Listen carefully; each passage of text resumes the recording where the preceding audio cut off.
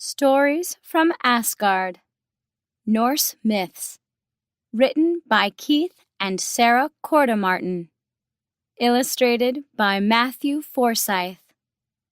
Focus question: what are some common elements in Norse myths?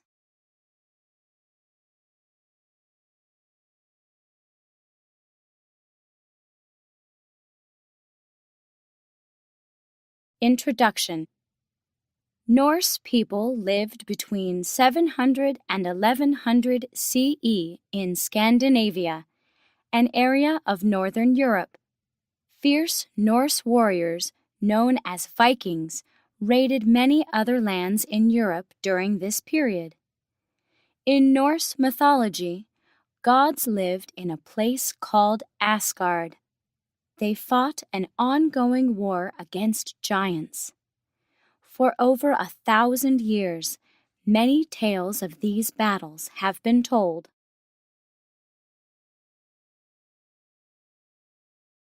Odin's search for wisdom. Odin was the chief of the Norse gods. He prized wisdom above all things. One day, Odin's ravens, Thought and Memory, told him of a well they had discovered. Whoever drank from this well would have all the knowledge of the universe. A giant who knew more of the secrets of the universe than any other living being guarded the well.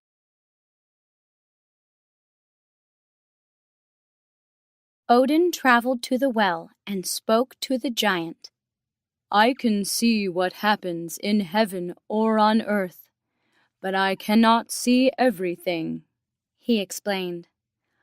"I will pay any price you name for a drink from your well." The giant said, "I demand one of your eyes. Then I too will be able to see the mysteries of heaven and of earth." Odin hesitated and then said, "Very well. I promise you one of my eyes in exchange for one drink of water from your well."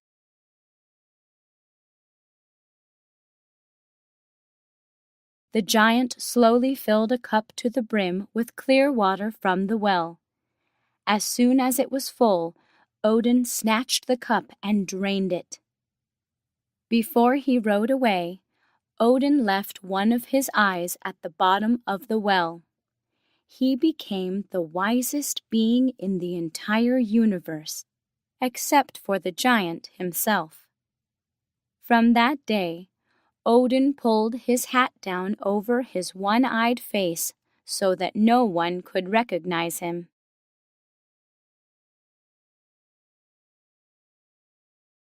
The making of Thor's hammer. The trickster god Loki was well known for his pranks. One day he went too far. He cut off all the golden hair of the goddess Siv, the wife of the thunder god Thor. Loki promised the angry Thor that he would get new hair for Siv. He went to the world of the dwarves. He knew they were master artists who could create the new hair. Aside from Siv's new hair, the dwarves made other gifts for the gods and goddesses of Asgard. These included a magical ship and the world's deadliest spear.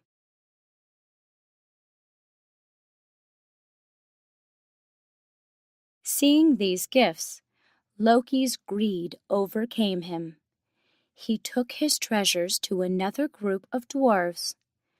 Loki taunted them, saying, "I'm sure these are the greatest gifts ever made.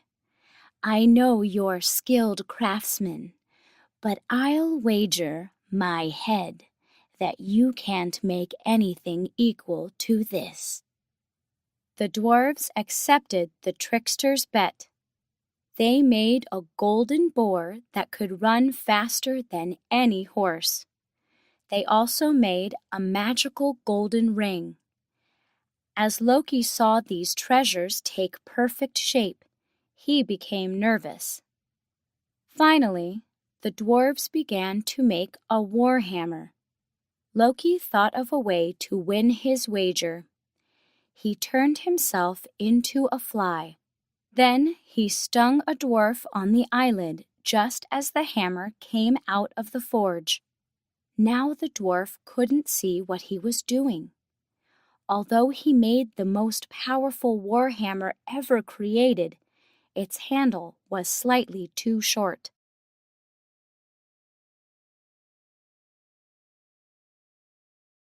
Loki took his treasures and returned to Asgard.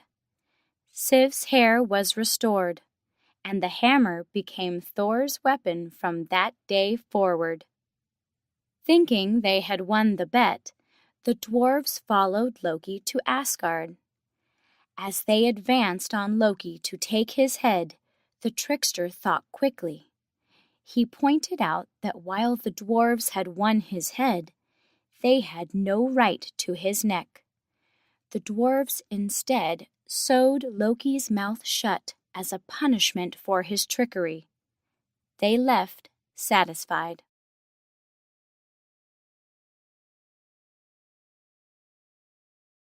Ethan's apples. One day, while on a journey, Odin and the trickster Loki became hungry. Spotting a herd of oxen, they decided to butcher one for their dinner.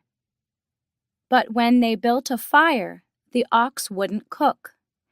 Then an eagle spoke to them. "I have cursed your meat so that it won't cook. However, if you give me a share, I'll lift the spell." The gods agreed. However, as soon as the meat was cooked, the eagle swooped down and took all the best bits. "That wasn't our bargain," Loki cried. He seized a huge tree branch and swiped at the eagle in his anger. The eagle caught the branch in his beak and flew off with Loki still dangling from the other end. Loki found that he had been placed under a spell, and he couldn't let go of the branch.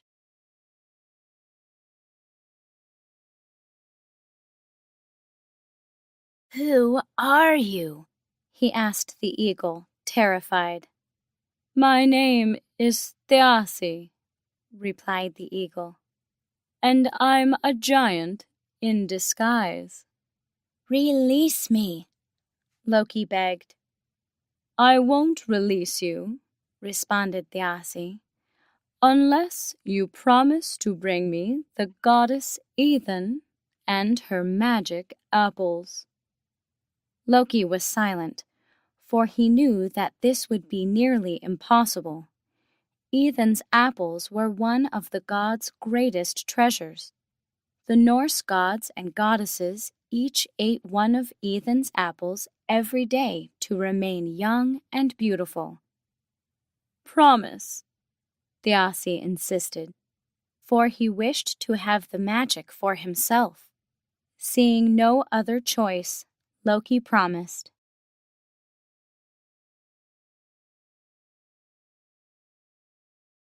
When he returned to Asgard, Loki told Ethan how he had discovered apples even more marvelous than hers. Loki promised to show her where these other apples grew. He said she must bring her own apples so she could compare the two. Ethan followed Loki out of Asgard. Immediately, the eagle swooped down, seized her, and carried her off to his mountain kingdom. The gods noticed Ethan's absence and began searching for her. Loki admitted to orchestrating Ethan's kidnapping. The gods commanded Loki to bring Ethan back to Asgard, threatening to kill him if he failed. Loki knew that Thiassi lived deep in the mountains. He couldn't reach his lair on foot, so he borrowed a magical cloak of hawk feathers. Turning into a hawk, He flew to the mountains and found Ethan alone in the house of the giant. Thinking quickly, he turned her into a nut and flew away, clutching her in his talons. When the giant returned home, he was enraged to discover Ethan gone. He transformed back into an eagle and pursued Loki in his flight. As Loki drew near Asgard, the other gods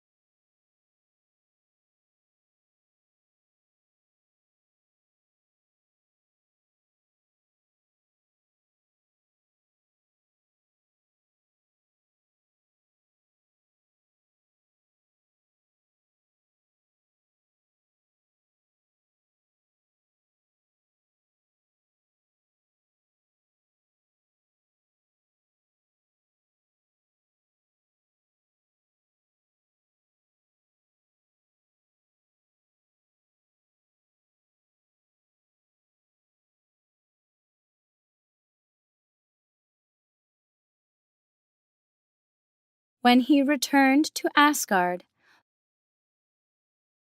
turning into a hawk, he flew to the mountains and found Ethan alone in the house of the giant. Thinking quickly, he turned her into a nut and flew away, clutching her in his talons. When the giant returned home, he was enraged to discover Ethan gone. He transformed back into an eagle and pursued Loki in his flight. As Loki drew near Asgard, the other gods saw him flying desperately, with the eagle close behind. They stacked up logs around the outer walls. As Loki flew, exhausted, into the palace, the gods lit a fire. The eagle couldn't stop himself. He flew directly into the wall of flames and was killed. So the gods of Asgard regained their youth and defeated the giant.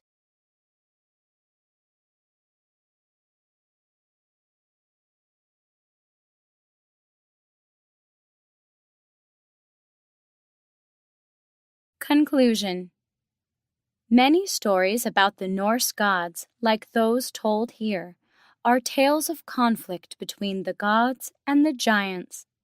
The giants represented darkness and winter. The gods battled them constantly to restore light, warmth, and growth. Eventually, the gods faced the giants in a great battle.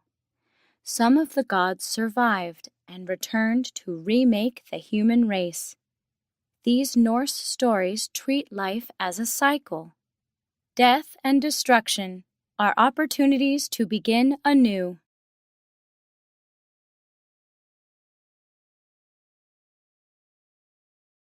Connections.